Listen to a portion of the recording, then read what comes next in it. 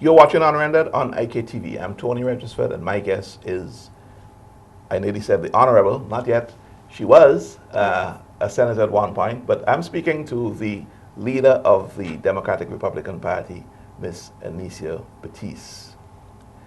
Anesia, I went through the papers today, and I picked up a letter writer saying hooliganism in the Church of God.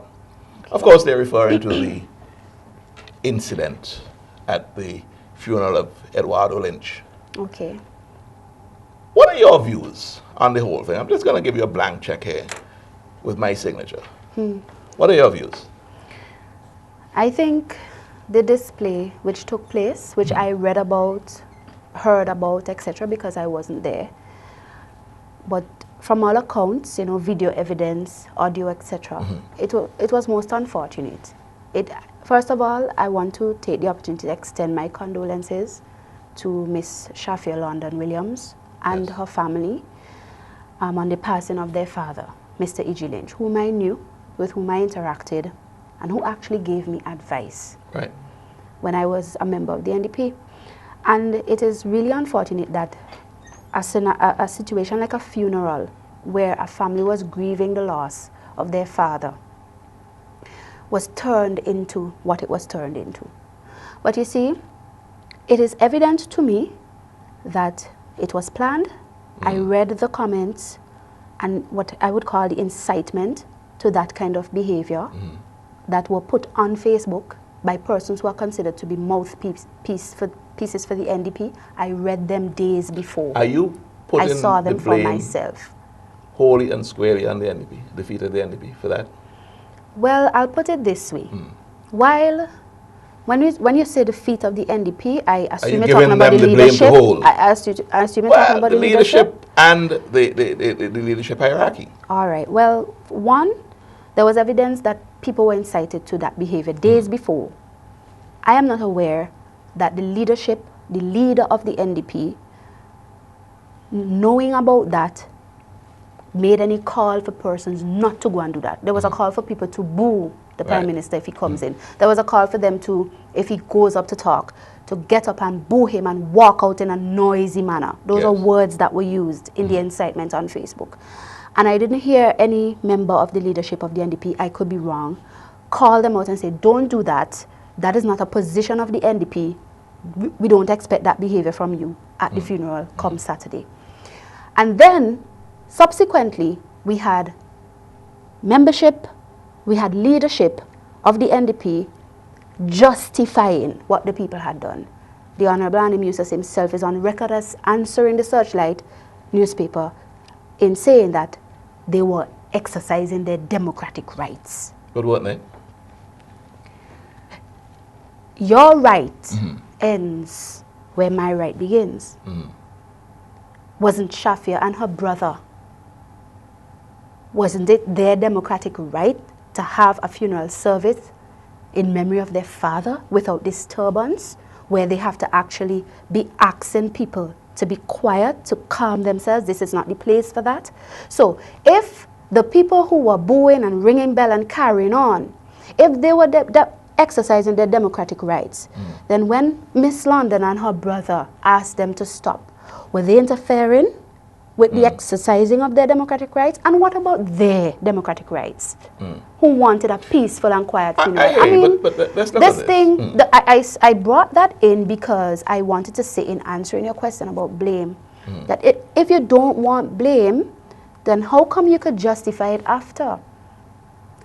Then what are you saying? You're saying they're right to do what they did, and you're saying you support what they did. I'm not sure that's what he's saying. But let's look at. Well, if he's not saying that, he would be saying he's against the exercising of democratic rights. Let's just look at E.G. Lynch and the fact, yes, he is the father of Shafia, and her brother was there. And so siblings, it's a family thing on the one hand. Correct. But E.G. Lynch became a public figure. Yes. Right? He's still and a beacon of the NDP party, somebody that they held dear to their hearts. That doesn't justify their behavior in the church. Yeah. That doesn't justify their disregarding the sentiments of the family, asking for calm. That doesn't justify them not displaying conscience, to even be sensitive. It is a death. It is a funeral, for goodness sake, Tony. So whether or not you felt strongly about whatever disagreement and so on that would have taken place between Mr. Lynch and the Prime Minister, whether or not you felt strongly about that, the family exercised their right to choose to invite the Prime Minister to the funeral. Should the Prime Minister and to have been ask him to sensitive speak. to being, you know, a knowledgeable and worldly man? Should he have been sensitive to the fact that, listen, you know what, Shafia, I thank you for the invitation, but my presence there may cause some disturbance, and I think it's prudent for me not to attend. Do you think that position is one that he could have took or should have taken? It certainly is a position that he could have taken. Whether or not it is a position he should have taken, that is not for me to decide. Because at the end of the day, Shafia and her family invited him. He accepted, he went. He didn't break any law to do that. He did not interfere with anybody's rights to do that. And I really don't want to sound like I'm defending the Prime Minister, but the fact of the matter is, fair is fair, okay? He didn't do anything wrong to do that if he chose to do that, whether or not persons disagreed with his choice. We can't live in a vacuum, you know. We're not living in a political vacuum. sentiments. We know You may feel, what's out you may there. feel, you may Yes. have a certain feeling about something.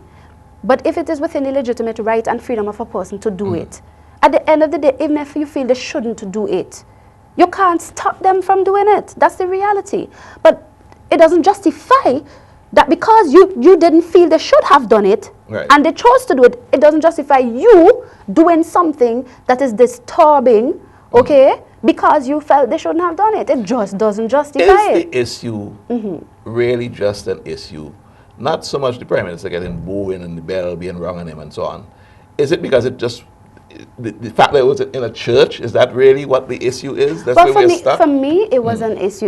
It wasn't the place for any sort of protest, quote unquote, against the Prime Minister, because it was a funeral service. It didn't show, like I said, sensitivity and regard for the right to choose or the freedom of choice of the family members who wanted the gentleman there. It didn't show the Honorable Prime Minister I'm referring to. It wasn't the place for that, and it didn't show regard for their rights, okay, and their freedom to choose that. That's my issue so much, right? And not so much the issue of whether or not a person should be free to boo or protest against the Prime Minister. If they want to boo and protest, I'm saying that's not the place for that. And mind you, my opponent on the NDP in West St. George, he himself came out in social media and said it is inexcusable. Right. This is Dr. Jules So Ferdinand. he distanced himself. Okay? And yet his party leadership is justifying this. I mean, what is the NDP leadership saying to Vincent? Aren't we already partisan, politically divided enough? What are you saying? You should have been taking the position to tell people, look, we know how some of you feel, etc., but we are going to be the party that is going to advance uniting the people. And one would have thought that at a situation like death, that you would at least be the example, okay? Notwithstanding how you felt. But that didn't happen. And I also want to say... Who has come out, in your estimation, the victor of all this? And I'm going to get on to a piece that Rennick Rose wrote in the newspaper about a victor, a vanquished, but the country loses. And I thought it was a spot-on article. But before we get on to that, who was the victor in all of this? Because clearly somebody was trying to score political points. Okay, I want to answer that question in part by referring to some of the words of Miss Shafia London Williams in her letter, where she gave her perspective on the funeral service of her father. And towards the end, she really called for us to consider ourselves, what's going on in our country in terms of politics and the divide, etc. In one sentence, she said, and I quote, "If the partisan divide is clearly wrenching, even at a time of mourning, on a larger scale, it's tearing our country apart." Okay? So for me, there's no victor there. Right. But then she goes on to say, that's what Rennick is saying. Then she goes on to say, and I quote again, she said, At the end of the day, we must all live in this country. We must limit the scope of man's political jurisdiction to the essential duties of prudent government. Only then can we enable society to achieve true progress in business, communities, families, and churches. Prudent government is for what my father prudent government is for what my father so passionately fought. He did not fight for us to sink to the point as a nation where his family cannot even grieve for him at a funeral. Our moral sense, which God ordained for good, I call it conscience, should always urge us to put aside our political differences, such as during the grieving moments of a family. I'm saying there's no winner here. There's no victor here. Right. And victor at whose expense? The country. And this is basically this is the what point. You understand? This is what Renwick Rose is talking about in his article. In his column.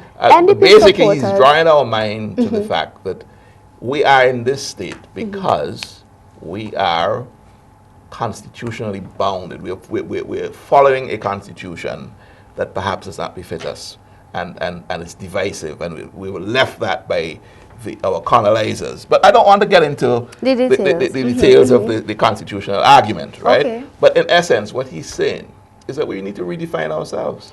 Well, while we need to redefine ourselves, we need to just have good behavior, man. Because I am saying, we grew up and we learned that a church wasn't a place for that. Right. Right? And people make choices. So that was culturally obtuse. The Westminster basically, system and behavior. The Constitution doesn't force anybody to behave like that. Excuse me, I was at the Speaker of the House's daughter's funeral about a week ago, and again, my condolences to Mr. Speaker, his family, his wife, and so on, on the loss of a young woman, 37 years old. Right. You know, just 3 years my senior. Yes, I'll be 34 soon. Yeah. And the opposition leader attended. Right. Nobody booed him and carried on, even after the display of NDP supporters at the funeral of Mr. Lynch. Right. At the entrance of the Prime Minister. I'm saying, come on, it's just a matter of choice. People could choose to behave right, and people could choose to do what is right and do what is more appropriate in more appropriate circumstances, etc. And in this case, the NDP failed. That behavior was not right. And they have lost, by the way, because there are persons, I know, die-hard NDP supporters otherwise, who are so upset over the behavior that they have said they're done. That is it. They can't believe that they would have stooped so low. You believe have it or been, not. You were dismissed from the NDP on a matter that had to do with religion, actually. Yes. I wanted to bring that up. So are you seeing some sort of conundrum here in what happened? The word is hypocrisy. That's what I'm saying. Well, yes, hypocrisy. I'm being a little bit more diplomatic. Well, I'm not being diplomatic here because you have to tell it like it is, and people have to know what they're dealing with. The NDP leadership said the reason for firing me was because I expressed disagreement with a policy they claimed they had. The policy essentially said that no candidate or potential candidate should make public statements which are adverse to any religion. It wasn't about any statement I had made. It was another gentleman, and they tried to make an issue of it by bringing it to me because they knew the young man attended the same church as I do. And when I defended the young man's right to express himself, even in being critical of religious topics or doctrines, I was told, no, you can't do that because the party has a policy that says, as a party person, as a candidate, as a potential candidate, if you say things that are adverse or offensive to other religions, you could cost the party's vote. Well, I asked the question today, looking into the camera. What could be more adverse and offensive to religion, to the Anglican religion, to Anglicans, than the display of NDP supporters and the fact that no leader stood up to quiet them on that Saturday at Mr. Lynch's funeral? What could be more adverse? What could cause them to lose votes? And you're telling me all of you as candidates and representatives, parliamentarians, sat there and did not even attempt. If even you may not have got all to listen to you, you didn't even stand up and say, let me be the bigger man. Let me show an example. Let me be a statesman and say, come on, people, be quiet, try, do something. So it is hypocritical that I was fired over some so-called policy which I didn't break yet, according to them, but because I disagreed with the policy itself.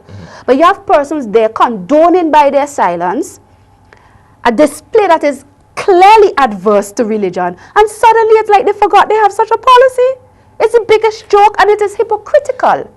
And it shows that the real issue in firing me was no policy about adverse comments against religion. It was other issues and not that. And that is why today they can't even stand for their own policy in their behavior. Anesia, I sort of gave you a free rein there.